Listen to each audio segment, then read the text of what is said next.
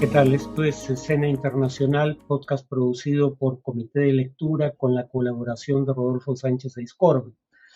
Como quienes están viendo sabrán, este es un podcast de análisis sobre política internacional que se emite los días martes, jueves y sábado. El podcast del día jueves es de libre acceso, pero los del martes y el sábado son de acceso exclusivo para suscriptores de Comité de Lectura. Quien desee suscribirse para tener acceso a los podcasts, no solo del martes y el sábado, sino podcasts sobre política y economía nacional también, puede hacerlo a través de la página web de comitedelectura.pe o el link en la descripción de este episodio. En cuanto a la primera noticia de hoy, el gobierno de Joe Biden en los Estados Unidos anunció un nuevo plan migratorio. Las nuevas restricciones de asilo para migrantes son muy similares, como han hecho notar, digamos, integrantes de organizaciones humanitarias, a las restricciones impuestas por la administración Trump, con algunas menores diferencias. La petición de asilo requerirá que se pida una entrevista con funcionarios del gobierno americano a través de teléfono o desde otro país antes de llegar, esto quiere decir, a los Estados Unidos, y que quien ingrese, digamos, de manera indocumentada para solicitar asilo, no solo no será elegible para ello, sino que además podrá ser deportado con relativa celeridad. Eh, Esta norma aplica para adultos y familias, pero no para menores no acompañados, personas con emergencias médicas agudas o con amenazas extremas e inminentes a su vida o seguridad personal. El gobierno de Biden, digamos, dice que es una medida urgente y transitoria ante la inminencia de que en mayo próximo se levante el título 42. El título 42 es una disposición establecida por la administración Trump, que por la emergencia sanitaria debido al COVID-19 autorizaba la expulsión a México de inmigrantes indocumentados que quisieran solicitar asilo. Los republicanos habían acusado al gobierno de Biden de haber perdido el control de la frontera y Biden parece haber tomado la decisión con base en cerrar este flanco por el cual lo atacaban los republicanos, aún a costa de alienar a grupos que tradicionalmente serían simpatizantes del Partido Demócrata o al ala progresista del propio partido.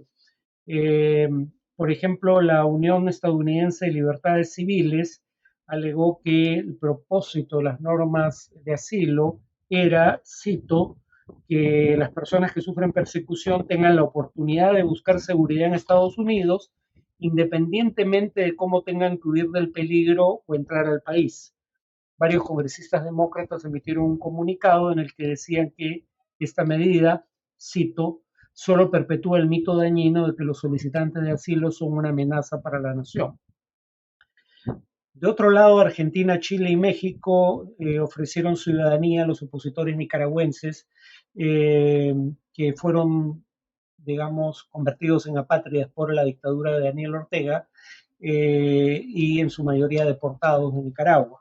Eh, Argentina y Chile son los primeros países latinoamericanos, fueron los primeros países latinoamericanos en ofrecer esta ciudadanía a personas que, según decía el gobierno argentino, fueron tratadas injustamente y eran víctimas de persecución. Eh, pero el presidente Boric de Chile además llamó en redes sociales a Ortega dictador. Andrés Manuel López Obrador, presidente de México, también hizo el mismo ofrecimiento de ciudadanía, pero mantuvo cautela evitando condenar las acciones de Ortega y condenar al propio Ortega como dictador, pero expresando, y cito, que la nacionalidad no se puede perder por decreto. España ya había hecho lo mismo la semana pasada. Colombia ofreció ciudadanía únicamente al escritor Sergio Ramírez, pero Gustavo Petro, el presidente colombiano, en un tuit indicó que, cito, América Latina debe ser un espacio sin presos políticos y sin presos sociales. Toda violación a los derechos humanos debe ser condenada por toda la comunidad internacional y expresó su solidaridad con los nicaragüenses despojados de la nacionalidad. Es decir, la decisión inicial de Chile en Sudamérica ha tenido un efecto en otros países de la región, además de México. Eh, la segunda noticia es que, la tercera noticia del día, es que la Corte Internacional de Justicia, con sede en La Haya, ordenó a Azerbaiyán despejar la carretera hacia Nagorno-Karabaj. Nagorno-Karabaj es un enclave en territorio de Azerbaiyán, reconocido internacionalmente como parte del territorio de Azerbaiyán, pero con una población que en su mayoría es étnicamente armenia, como el país vecino, y que decidió proclamar su independencia hace 1988 de Azerbaiyán. Eh, la Corte estableció que el bloqueo que se ejerce desde diciembre eh, del año pasado debe detenerse, lo que dijo la Corte fue debe tomarse medidas para garantizar el movimiento sin trabas de personas, vehículos y bienes a lo largo del corredor de la Shin en ambas direcciones. Y dijo que esto era urgente porque de no hacerse pronto el daño podía ser irreparable para los 120.000 habitantes del enclave de Nagorno-Karabaj que ya tienen problemas para adquirir alimentos, medicinas y combustible. Como dije, es un territorio en disputa entre Armenia y Azerbaiyán, reconocido internacionalmente como territorio azerí, o sea, de Azerbaiyán. Y tras la guerra de 2020 entre ambos países, Azerbaiyán recuperó una parte, pero no todo el territorio. Desde septiembre pasado se decretó un cese al fuego acordado por las partes y en enero Armenia argumentó ante los jueces de la Corte Internacional de Justicia que el bloqueo podía constituir una limpieza étnica. En cuanto al tema de análisis, continuando con el tema de cómo el Perú es visto en la escena internacional, voy a referirme a la carta abierta al secretario general de la Organización de Estados Americanos, Luis Almagro, enviada por el llamado Foro de Madrid. Habría que decir que el Foro de Madrid es un ente de coordinación política que incluye partidos latinoamericanos, pero fundamentalmente como coordinador general el partido de derecha radical español Vox. De hecho, entre los firmantes hay integrantes no solo, pero fundamentalmente en el Perú de Avanza País, Fuerza Popular y Renovación Popular, pero en el caso de España no hay ningún firmante que no sea congresista de Vox, ni siquiera el Partido Popular de derecha democrática. Y este documento dice respecto al Perú lo siguiente: es evidente el papel protagónico del controversial boliviano Evo Morales en las protestas vandálicas que se realizan desde el sureste del país hacia Lima con el objetivo de derrocar al gobierno constitucional de Dina Boluarte. Sobre esto primero quisiera decir, primero que, o en primer lugar, que la influencia de Evo Morales es bastante más limitada de lo que la carta podría sugerir. Tomamos el caso de su apoyo en las elecciones de 2021 en el Perú, no a Pedro Castillo, como se cree en retrospectiva, sino a Verónica Mendoza. En marzo de 2021, Morales participó de un evento que se realizó en Puno, él estaba en Bolivia, creo que se conectó por Zoom. Puno, zona limítrofe entre Perú y Bolivia y donde se concentra mayoritariamente la población aymara del Perú, o sea, zona en donde por ende era plausible asumir que Morales podía tener alguna influencia en el Perú. Y pese al apoyo decidido de Morales a Verónica Mendoza como candidata a la presidencia, en Puno, Pedro Castillo obtuvo la mayoría de votos y derrotó a Mendoza por un margen de más de 8-1. Es decir, el apoyo decidido de Morales a Mendoza, no a Castillo, no hizo ninguna diferencia hasta donde puede verse electoralmente hablando. En cuanto a que el papel protagónico de Morales en las protestas vandálicas en el Perú sea evidente, la pregunta obvia sería si Morales y sus partidarios que ingresaron en el Perú o al Perú para realizar actos que podrían considerarse proselitistas. Violaron alguna norma peruana, si es tan obvio eso, ¿por qué no fueron detenidos y procesados? ¿No? Eh, Además, cuando se habla de la obvia injerencia boliviana, lo que muchas veces se tiene en mente son, digamos, acusaciones como la formulada por la propia presidenta Boluarte, y hay que decirlo claramente, falsa, de que se habrían incautado 126.000 balas Dum Dum, es decir, balas explosivas o expansivas, en territorio peruano contrabandeadas por, digamos, seguidores de Evo Morales. En primer lugar, cuando uno estudia el tema, lo obvio es que las balas en cuestión no eran Dum Dum, eran balas calibre 22.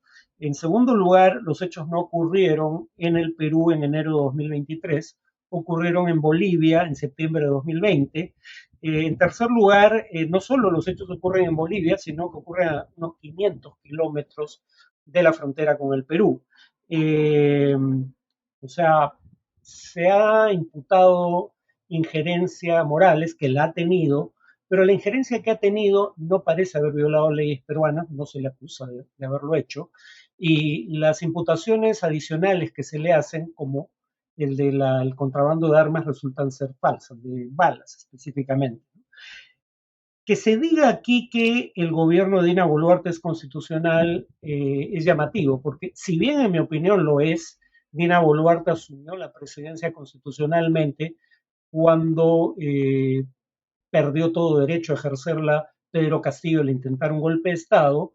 Esa no era la posición que tenían originalmente muchos de los firmantes de la Carta.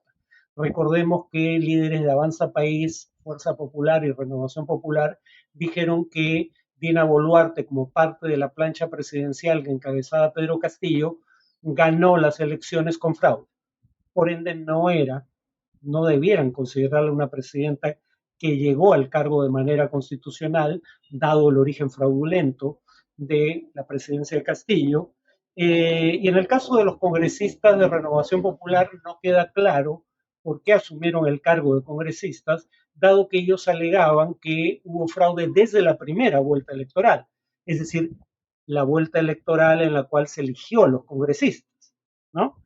Entonces, por no mencionar el hecho de que la llamaban Dina Dinamita, asociándola con el terrorismo, o Dina Dinámica, asociándola con el lavado de activos, cargo que todavía está siendo investigado por el Ministerio Público en contra de Boluarte. Entonces, quienes en su momento dijeron que Boluarte llegó a la vicepresidencia con fraude y que además tenía una agenda vinculada al terrorismo o había cometido delitos, ahora la llaman presidenta constitucional.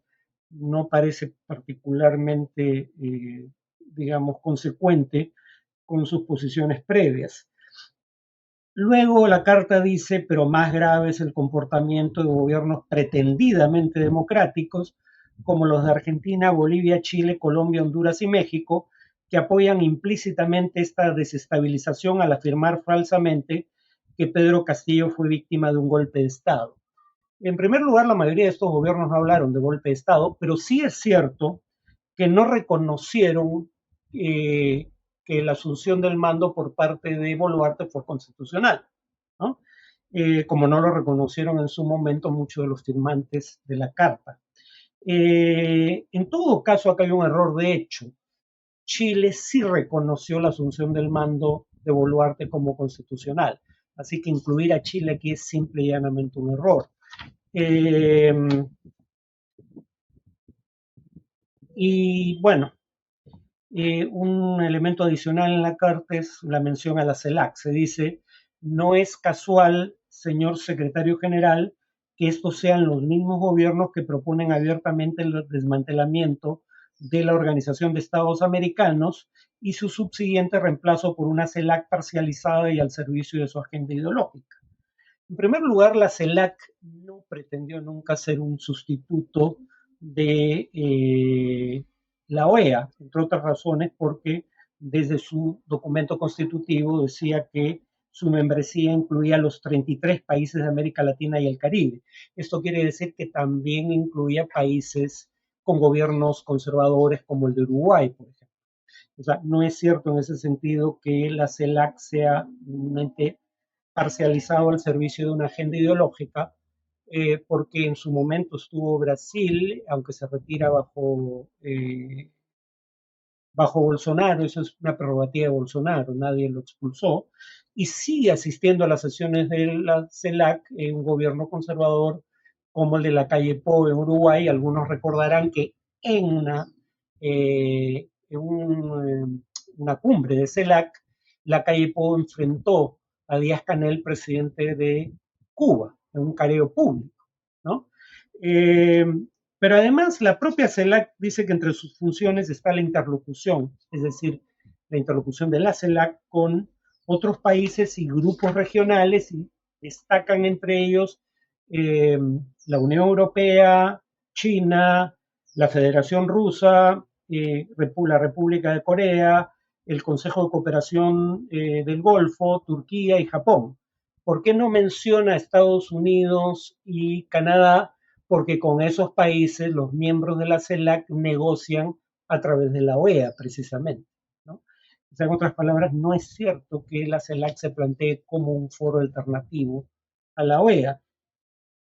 Dicho sea de paso, la carta de los miembros del Foro de Madrid es enviada al actual secretario general de la OEA, no recordando el hecho de que el actual secretario general de la OEA no era el candidato auspiciado por Estados Unidos para ocupar ese cargo, era el candidato auspiciado por los gobiernos de izquierda de la región.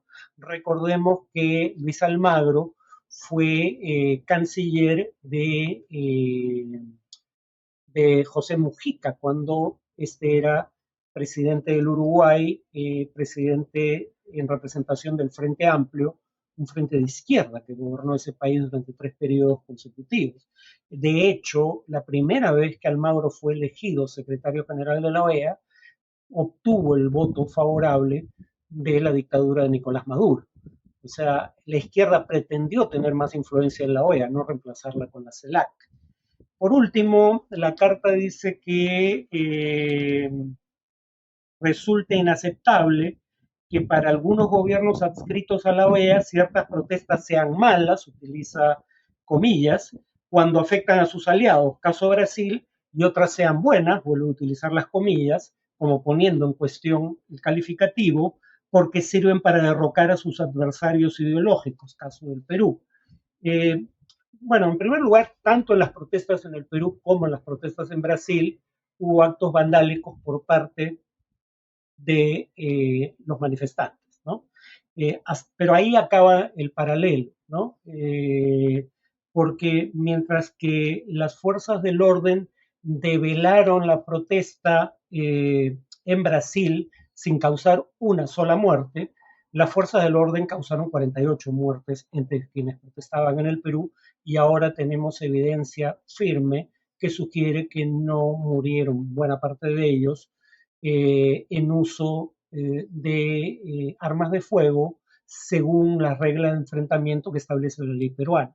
Tenemos el video en Ayacucho de un mecánico que fue muerto mientras atendía a una persona herida, adquirido por, conseguido por la agencia británica Reuters. Tenemos el video que propaló un programa de Canal N, donde se ve cómo no había protestas en el momento en que una persona es asesinada en la avenida Bancay, en Lima.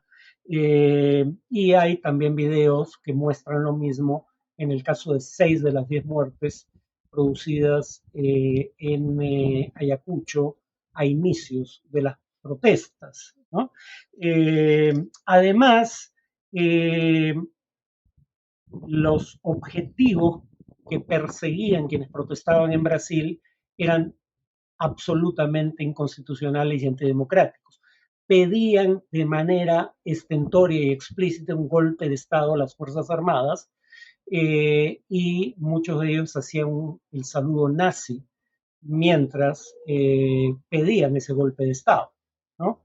En el caso del Perú, algunas de las demandas de quienes protestaban como pedir la convocatoria de un referéndum para que la población decida si debería elegirse una asamblea constituyente que redacte una nueva constitución, demandas como esa eran demandas inconstitucionales, claramente, pero habría que recordar que estaban a favor de una asamblea constituyente tanto la actual presidenta Boluarte como el actual premier Otárola en su momento, ¿no?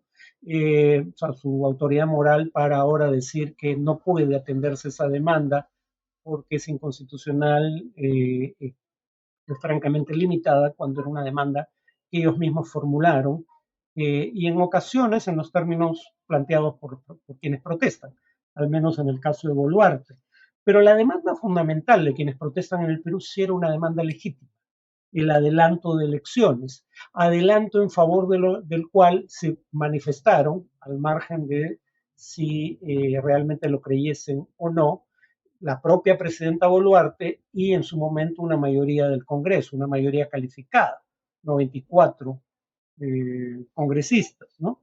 Que luego hayan retrocedido en esa posición no cambia el hecho de que ellos mismos consideraron que era una demanda legítima. El único partido que desde un principio dijo que no era una demanda legítima fue Renovación Popular, que es un partido minoritario. Y no solo era una demanda considerada legítima por una mayoría del Congreso y por la presidenta constitucional de la República, sino además por una amplia mayoría de la población. Según encuesta del IEP de enero de este año, 73% de los encuestados querían unas elecciones anticipadas en 2023, un 20% en 2024 y solo un 5% quería que el actual Congreso y la actual presidenta cumplan el periodo para el cual fueron elegidos hasta 2026. Ipsos Perú específicamente, hizo una encuesta sobre la misma materia, 76% de quienes respondieron querían la renuncia de Boluarte y elecciones anticipadas.